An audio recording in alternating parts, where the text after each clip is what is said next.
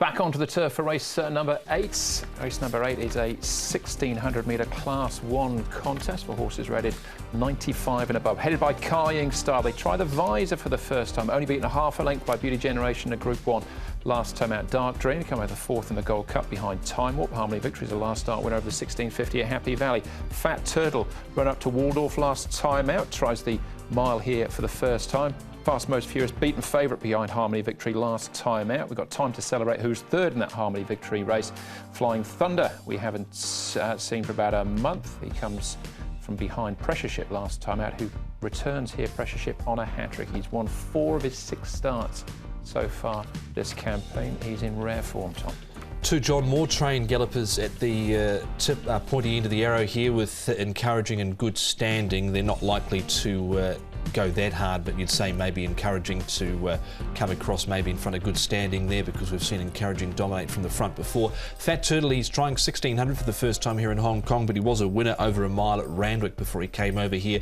Carrying Star, we know he can lead. Bit of a question mark on Dark Dream, what they do with him in the run, because last time out he was a lot closer to them. Dark Dream, and Harmony Victory will slide back to the tail. Here is Carrying Star. He's under a really good hold as he comes down. Now the blinkers will come off him and the visor will go on him. He's got the wide draw, but he's got gate speed, so it'll be interesting to see where they do posse him up. Carrying Star. The horse here, Harmony Victory, he was a nice winner at Happy Valley last time. Comes here to Sha Tin, where he has won before, and he moves nice. He's the horse closest to us, clear choice in the race previous. Another one of the Danny Shum runners. And Pressure Ship, he's running fantastic at the moment. Conditions of the race should suit him as well.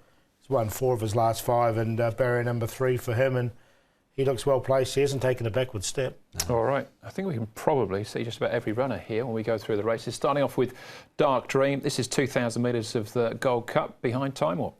Yeah, and look, 2,000 metres here. He's coming back to 1,600 metres. He's an out-and-out star as Dark Dream, so I prefer him over a lot longer than this. Yeah, I haven't put him in, but it was a much better race, because prior to that he'd actually been quite disappointing, really. Had Dark Dream. He's not really lived up to the billing that we thought he might get to in his career, Dark Dream. But it was his best run for a while, but it was over further than this, so I'm happy to overlook him here. I'll be keen to see where they ride him, because they did ride him handy there. All right, both of his wins so far have been over the 2,000 metres.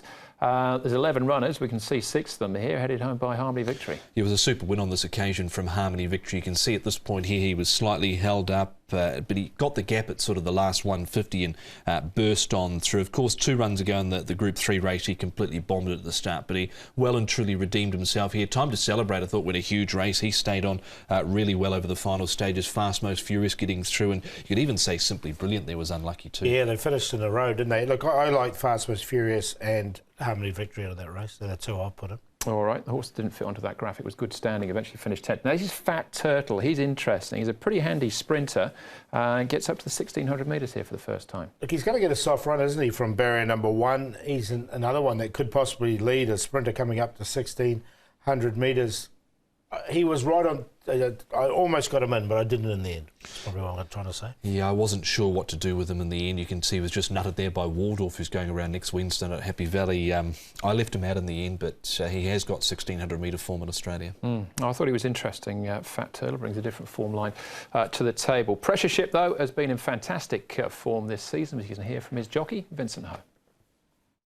Vincent, Pressure Ship steps up to Class 1. He's won 4 of his last 6. Can he keep that form going on the weekend? Yeah, I watched his trial the other day and he trialled well, and I think he still kept his form. Looking at his last start win, the tempo looked to be good, settled midfield. Coming around the turn, was there a bit of bumping, and did that affect his performance? Yeah, it's a small horse, you know. The horse outside me was a lot bigger, and probably should have waited a little bit more and try to, you know, not making any contact. So drawn well, lightweight. Are you fairly confident heading into the weekend? Yeah, pretty confident. The handicaps help for sure. You know, it will be much better carrying lightweight. Heading forward after the weekend, is he a horse that you think can go to group level and be competitive in some of our bigger mile races? I think so. We'll see how he improves afterwards. But yeah, handicap group for sure. He can handle here. Yeah, whether he gets to group level, I think he is a group horse, whether he gets to it this season or not, but this is really his opportunity off £113. Really is. He's been a revelation really over the last few months, going back to October when he started that winning streak, going from 70 up to a mark of now 99. So he's risen up dramatically. He has, hasn't he? But look, the conditions of the race suit the horse. With that lightweight, comes in, he's in great form at the moment, so he's definitely going to get his chance. He has trialled since too. He looked good in that trial. I know Kying Star's got to give him £20, but he's been right there in some of our best races this year, Kying Star. It's interesting, Zach Purdon's been saying that Kying Star's a pest, isn't he, when he's talking about Beauty Generation. Now he's riding the pest. And now he's on him.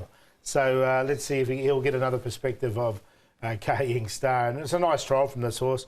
Look, the conditions of the race suit Precious Ship, but Kying Star's got the class. So that's a conundrum for me. I'm interested in Flying Thunder here with the lighter weight as well, going from the 129 down to the 113. Van Neerkerk may put up a couple of pounds over, but like the way he attacked the line here late in this recent trial, he's sort of started to show in his last couple of runs now that he might be the Flying Thunder of old. Yeah, if he just went off that trial, I don't think Precious Ship was the best trial in that. That was Naboo's Star flashing down the outside as well. Yeah, we don't want to talk about it. Want to follow for the future. He's odds on here though, Precious Ship, 1.5. Yeah, he's come up really short, hasn't he? Look, I've got him on top. I think it's between Precious Ship and Kying Star personally, so I've got 11 to beat 1. Fast Most Furious has been running some really honest races all season, and Harmony Victory coming back to Sha Tin, I think is a good thing for him. Nice race, but I went 11, 1, 7 and 3.